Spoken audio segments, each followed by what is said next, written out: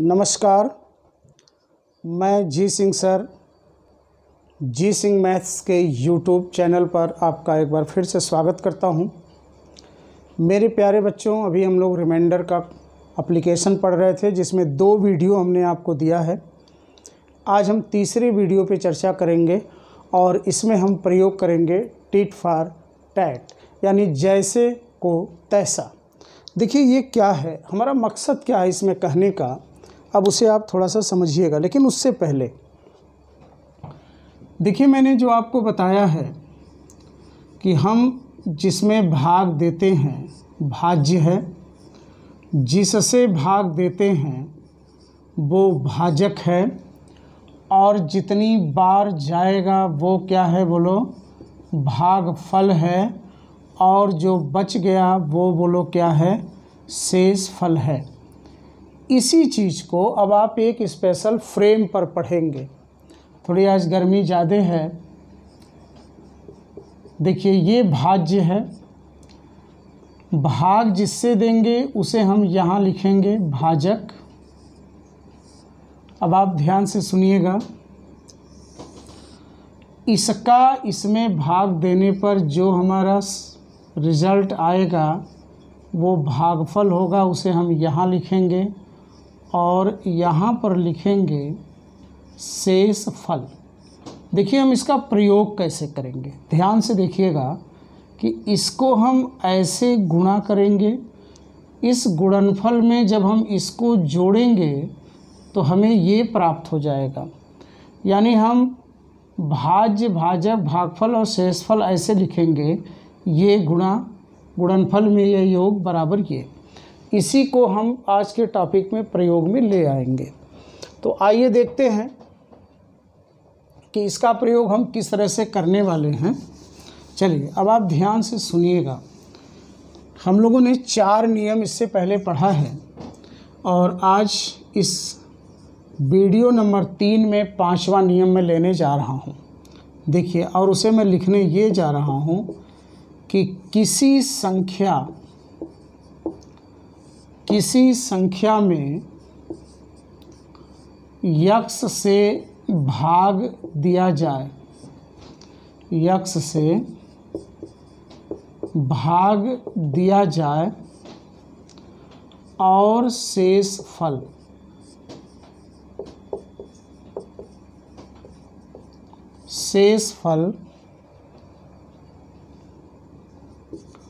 Are आए।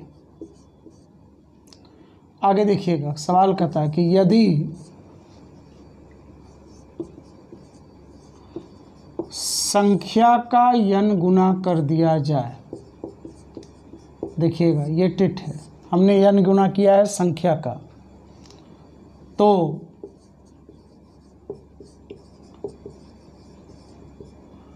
शेष फल भी n गुना यानी nr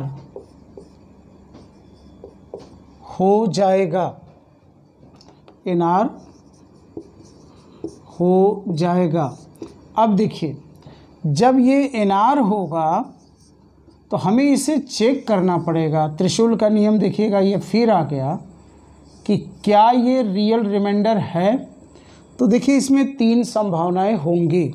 एक ये होगा कि या तो nr का मान ग्रेटर होगा भाजक x से, या तो nr का मान बराबर होगा भाजक x के, या तो nr का मान छोटा होगा x से।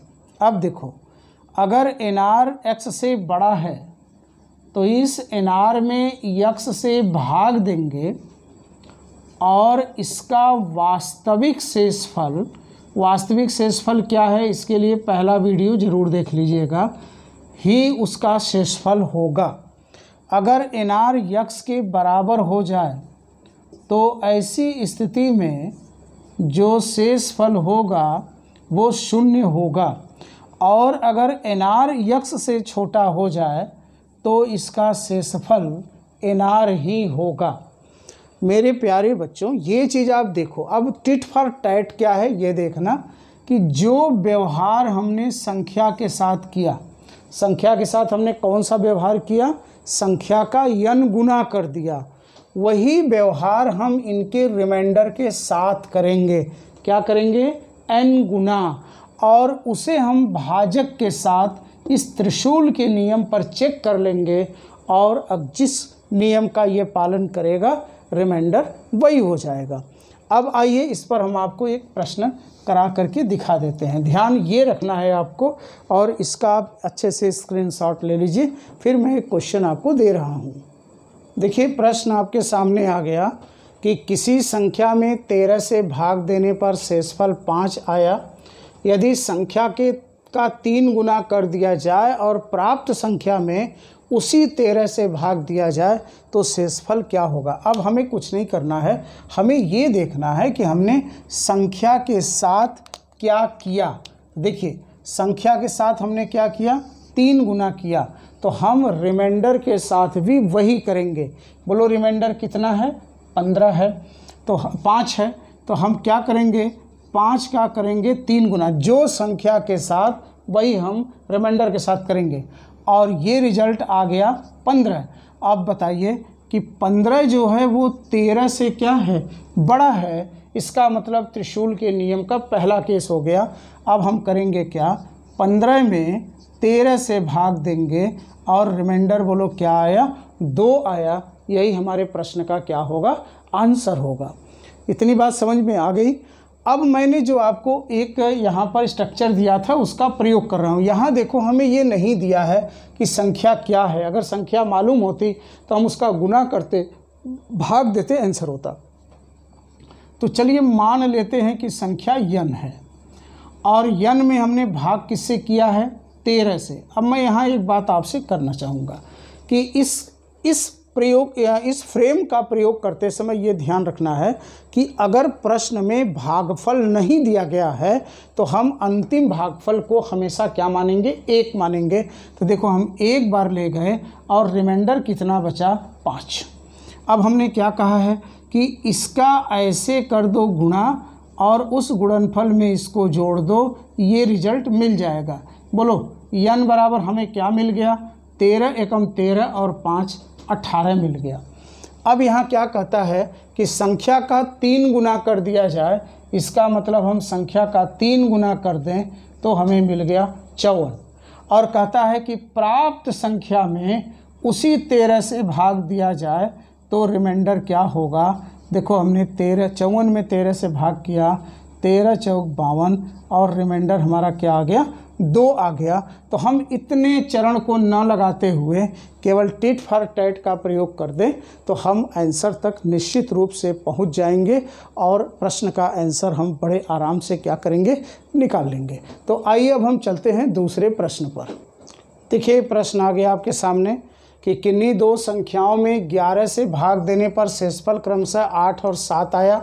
यदि दोनों संख्याओं को जोड़ दिया जाए, देखिए संख्या के साथ क्या हो रहा है, संख्याओं को जोड़ दिया जाए और योगफल में उसी भाजक से भाग दिया जाए तो शेषफल क्या होगा। अब मेरे प्यारे बच्चों, हमने कहा जो संख्या के साथ व्यवहार हो हम उनके रिमाइंडर के साथ वही व्यवहार करेंगे।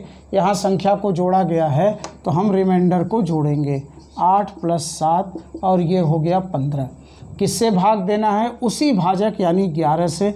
तो देखो यहाँ 15 11 से क्या है, बड़ा है। तो अब हम क्या करेंगे, 15 में 11 से भाग करेंगे, 11 एकम 11, बोलो आंसर कितना आ गया, 4 आ गया। अब अगर इसे आप चेक करना चाहते हैं तो आप देखिए चेक कैसे कर लें। तो चलो हम मान लेते हैं पहली संख्या हमारी n1 है, n1 में 11 से भाग करते हैं एक बार, रिमाइंडर 8 है तो हम यहाँ पर 8 लिखेंगे। अब बताओ n1 बराबर क्या होगा, 11 एकम 11 और 8 19 हो गया। अब इसी तरह से दूसरी संख्या मान लो n2 है, 11 से भाग करते हैं एक बार, रिमाइंडर 7 होगा। अब देखो यहाँ से हम n2 निकालें तो क्या निकलेगा, 11 के 11 और 7 18 निकलेगा। और कहता है इन दोनों संख्याओं को जोड़ दिया जाए। अब बताइए अगर मैं इन दोनों संख्याओं को जोड़ दूं तो 19 और 18 मिल करके हो जाएगा 37। और कहता है कि योगफल में उसी भाजक यानी 11 से भाग दिया जाए तो शेषफल क्या होगा। तो देखो 11 तो यहाँ 33, रिमाइंडर बोलो क्या आ गया, 4 आ गया, जिसे हम यहाँ पर निकाल चुके हैं। तो मैं उम्मीद करता हूँ कि टिट फॉर टैट आपको ये क्लियर कर रहा है कि जो व्यवहार संख्या के साथ होगा वही व्यवहार हम रिमाइंडर के साथ करें और फिर हम चेक कर लें त्रिशूल के नियम को और फिर उससे जो हमें रिजल्ट मिलेगा वो हमारा आंसर हो जाएगा। अब आइए एक प्रश्न हम और लेते हैं। क्वेश्चन आपके सामने है कि किन्हीं दो संख्याओं में 12 से भाग देने पर शेषफल 8 और 9 आया यदि इन दोनों संख्याओं का आपस में गुणा कर दिया जाए। देखिए संख्या का आपस में हम क्या कर रहे हैं, गुणा कर रहे हैं, तो वही काम हम शेषफल के साथ करेंगे। शेषफल 8 और 9 है तो इनका आपस में क्या करेंगे, गुणा करेंगे। तो देखो 8 गुणे 9 यानी 72 और भाग किससे देना है, 12 से।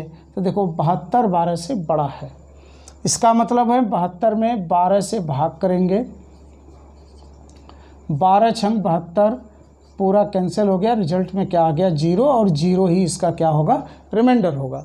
अब मैं आपको चेक करा दूं, जैसा कि हमने अभी आपको सवाल निकालना सिखाया था कि मान लो संख्या n1 है, 12 से हम भाग करते हैं तो देखो यहाँ से आया 1 और रिमाइंडर कितना बचा है 8। तो देखो ये हो गया 12 एकम 12 8 20, तो n1 का मान यहाँ से देखो 20 हो गया। इसी तरह से n2 निकाल लें तो देखो 12 से भाग करेंगे एक बार, रिमाइंडर कितना आया है 9, तो 12 एकम 12 और 9 बोलो क्या हो गया 21 हो गया। अब कहता है इन दोनों संख्याओं का आपस में गुणा कर दिया जाए, तो देखो गुणा करेंगे तो ये हो जाएगा कितना 420। बोलो भाई, अब आप 12 से भाग कर दो तो देखो 12 त्याई 36, देखो यहाँ 6 12 पंजे 60, बोलो रिमाइंडर क्या आ गया 0। तो आप टिट फॉर टैट के तरीके से अगर लगाते हैं तो आपका पूरा समय बचता है और आप आंसर तक बहुत आराम से पहुंच सकते हैं। बस केवल इतना ध्यान रखना है कि जो व्यवहार संख्या के साथ वही व्यवहार शेषफल के साथ। आइए एक प्रश्न हम और लेते हैं।